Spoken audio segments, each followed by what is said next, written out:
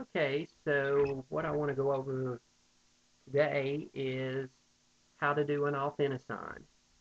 I'm going to do an Authentisign of a transaction that's already created, and the first thing I want to do is go to Tarnet, and I want to make sure I'm logged in with my, and then I'll go to Member Services, and I'll go to Transaction Desk,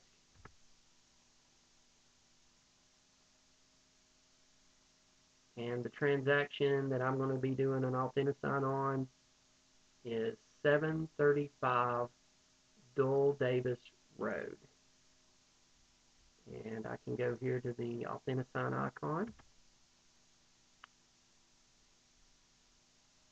and I'm going to add a new transaction or a new Authentisign, and it is, choose this 735. You have to name it the same thing, or you don't have to name it the same thing, but you do have to name it. And I'm going to pull, it's going to pull this transaction. This is the name of it. It's going to pull this transaction into the Authentisign.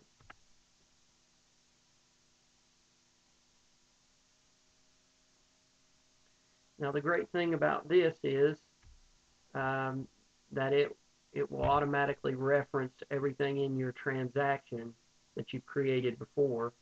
Now uh, this sign in line, if you have multiple participants, the one that you list first will go to them, and then when he's finished signing, then another one will appear in the other person to sign, and then if there's a third party in line, it will go to them.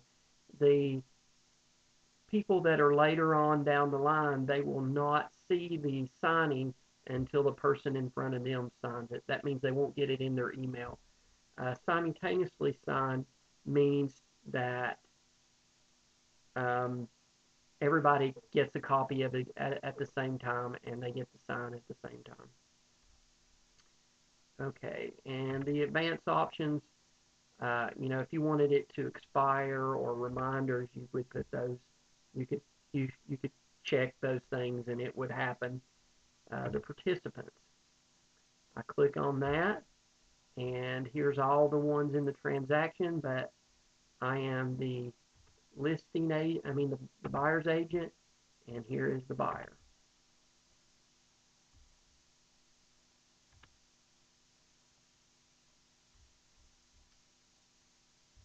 And now that and notice that if they do not have the correct information in them, they don't have the email address in them, you could put it in right in here, but you would have to do it for every document that you kept sending them. Uh, but since I did it in Transaction Desk and pulled from Transaction Desk, it already had it in there. Okay, now here's where I choose the documents. Um, I definitely want the purchase and sale agreement, and here are the attachments, and I'm going to add those.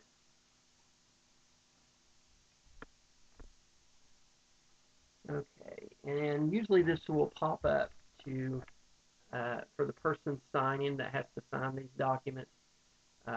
Just wants to make sure that everything is correct, and Susan Benby is the buyer, and I am the agent, which is already doesn't have. Sometimes it comes up and asks me if I'm the agent, and sometimes not. Okay, so we have the documents, and we just need to design them, put the signing blocks on them.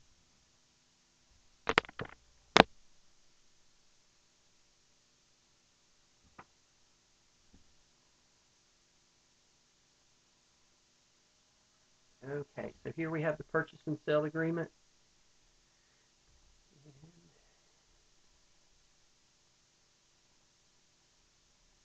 Scroll down.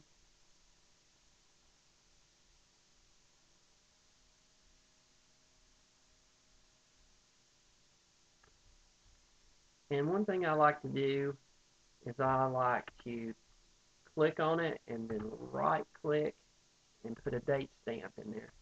This enables the title company and the people that are processing the loan to be able to read the date and time really clearly. It will put a date and time, but it will blend in with the buyer and buyer's name that's under the line. So that's why I like to do that. And you can use a texting box to fill in if any of these missing information, if you hadn't already. For instance, uh, I am going to use this texting box here. And this one is for the client to fill out, but if you're doing the documents now, you need to do this one here. Again, the name is Susan Benby. She is the buyer, and I am her realtor.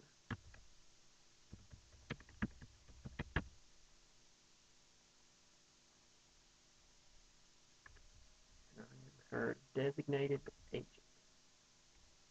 And I just use a text box just to put an X in that box. Just a regular X, and it works just great. There are other ways that you could do that, but I found that really fast and accurate. Now I want to choose the buyer's name here, and I want to choose where their signature block is here. And it just asks me for the date stamp here, not the time stamp. And I'm going to fill out my company name.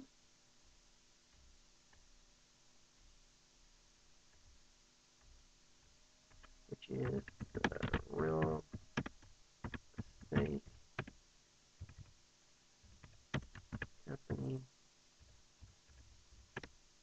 Uh,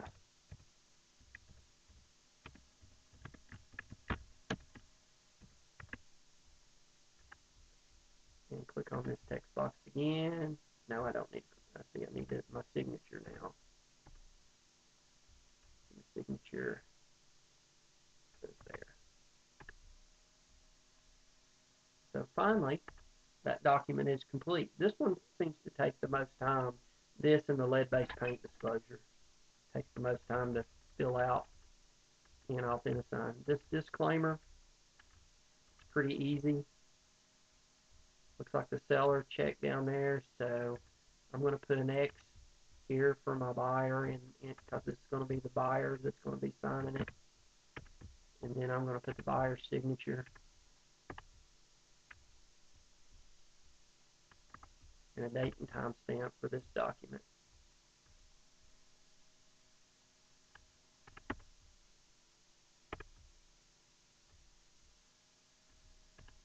Now that document is complete.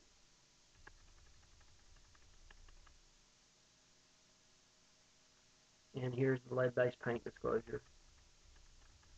Now my client um, does not want to do a risk assessment on the property, so this box needs to be checked. I check it for them. You could do one of these optional X's for them to put it in there, but I found out the least amount that the buyer or seller has to do, the better off you are. So if you can do certain things for them, it's probably better, but then you want to be careful that you don't do too much. Okay, let's see the buyer. I want the buyer's signature right here, date and time.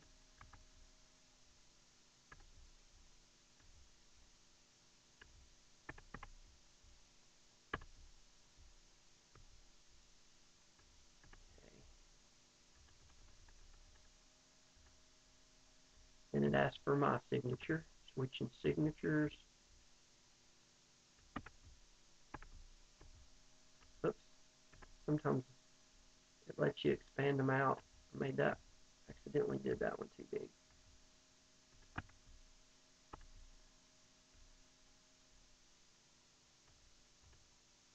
All right. And you can grab them and move them around to get them centered. Again, I have to do a markup have to put my company's name right here on this line.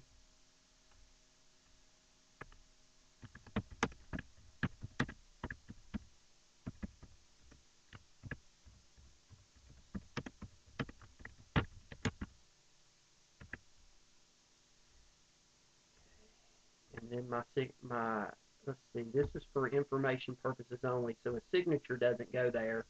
It's a label.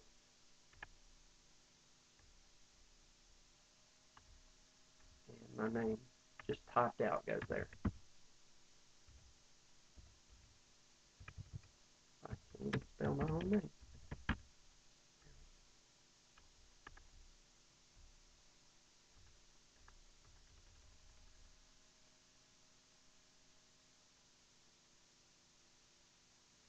Okay, this has a property condition disclosure. Just glancing down.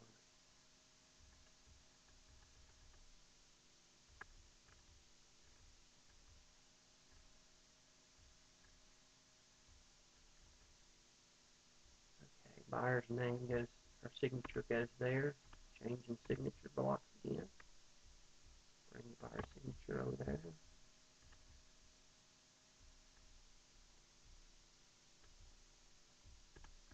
Timestamp.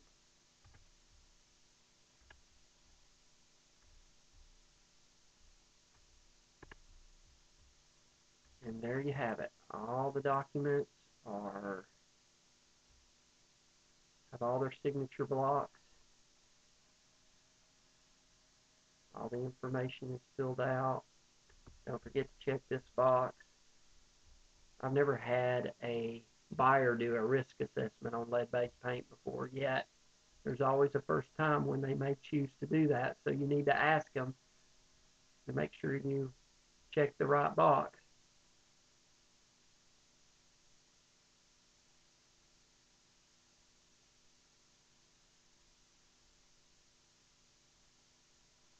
It looks good. Now I am ready to click this next button, and when I hit next,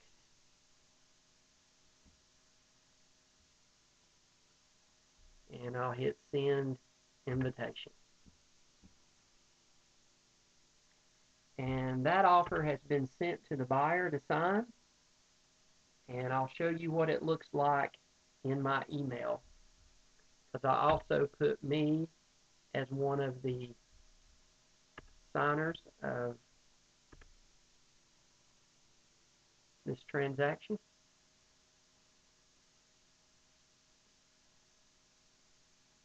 And this is what the buyer or the client will see also.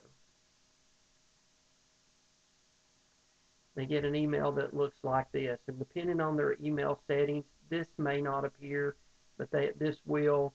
They can click here or there, and you can send multiple signings to one email, so a husband and wife will actually get two separate ones in the same email. But this is what it'll look like. I'm going to go in and sign the documents that I'm supposed to.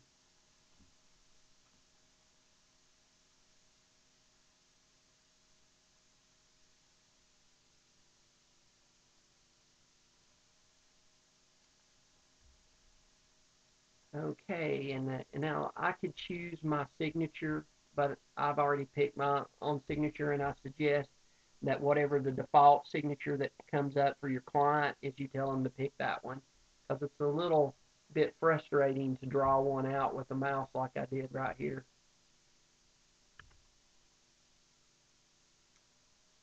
Okay, and once you choose your signature, then the documents are all opened up for them to read and review.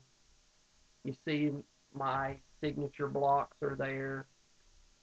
Now, when I scroll, usually tell them to scroll all the way to the top and click Start, and then the first signature block will appear. Sometimes it's slightly off screen and they have to scroll down a little bit, but mine popped up right where it's supposed to be.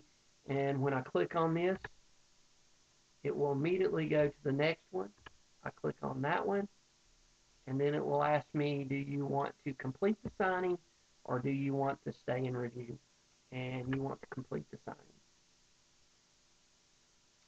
Now, sometimes on your client's view, it will ask them if they want to save a password right here. And I usually say, no thanks. It's just tell them to choose uh, no thanks on accepting a password typically. And then they're done. Now, when you go back into Authentisign let's see if I hit refresh on that.